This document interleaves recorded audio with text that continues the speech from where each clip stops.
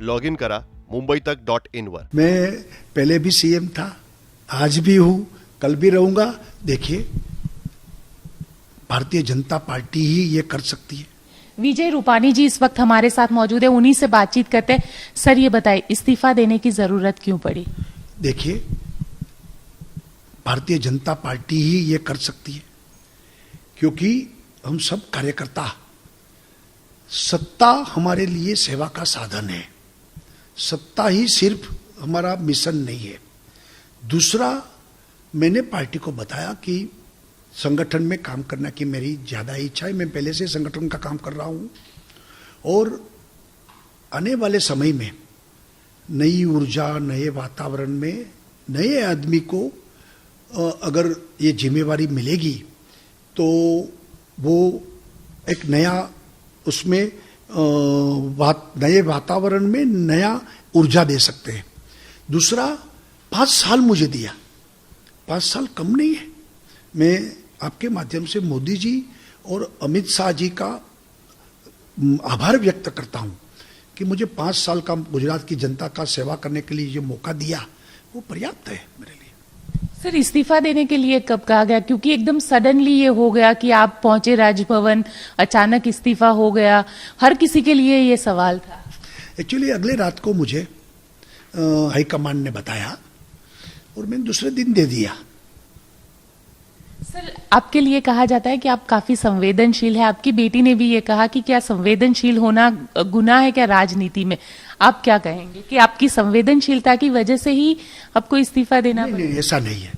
इसलिए मुझे इस्तीफा देना है ऐसा मैं नहीं मानता हूं। मेरी बिटिया ने जो पत्र में बताया है कि जो अलग अलग मीडिया में के ये कारण ज्यादा संवेदनशील है इसलिए विजय भाई को इस्तीफा देना पड़ा, ऐसा जो लॉजिक और तर्क दे रहे हैं उसके खिलाफ उन्होंने ये बात बताई है। सर अब बीजेपी में खुद को कहां देखते? कहीं संगठन में आपको जगह मिलेगी या फिर किस तरीके के होगा? एक्चुअली मेरी इच्छा है कि संगठन में मैं अपना ज्यादा काम करता रहूं, लेकिन पार्टी जो तय करेगी, मैं पार्टी के कार्यकर्ता सैनिक के नाते जो काम मुझे देंगे मैं करूंगा।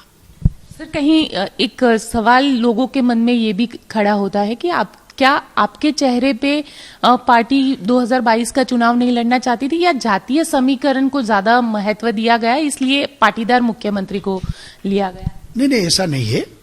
मैंने बताया नहीं कि 5 साल मेरे लिए पर्याप्त थे और 5 साल में मैंने पार्टी ने मुझे जो मौका दिया, मैंने ही पार्टी को बताया था कि अब मुझे पूरी पर्याप्त समय मिला है और संगठन में काम करने के लिए मेरी इच्छा है। नए मुख्यमंत्री नई ऊर्जा के साथ नई विकास के ऊंचाई सर करें, इसके लिए उनको भी समय मिलना चाहिए, तो ये राइट टाइम है। सर आपने कल बताया था कि आप अब भी सीएम, एक कॉमन मैन।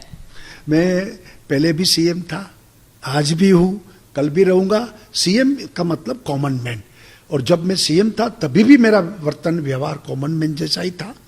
आज भी हूं, कल भी रहूंगा। सर गुजरात की राजनीति में देखने मिलेंगे या अब देश की राजनीति में आप देखने मिलेंगे? मैंने बताया था उस वक्त भी कि पार्टी जो जिम्मेवारी देगी मैं करूंगा। अगर बूथ, ये जो छोटा यूनिट रहता है हमारा, उसके भी जिम्मेवारी देंगे तो बूथ में ही काम करूंगा मैं। चलिए, ये थे गुजरात के पूर्व मुख्यमंत्री विजय रूपाणी जी, जिनका कहना है कि अगर पार्टी उनको कहेगी कि बूथ लेवल पे काम करना है, यानी छोटे से छोटी जिम्मेदारी भी उनको दी जाएगी, तो वो जरूर करेंगे। कैमरामैन साजिद आलम के साथ गोपी घांगर, गांधीनगर, आज तक। लॉगिन करा mumbaittak.in वर।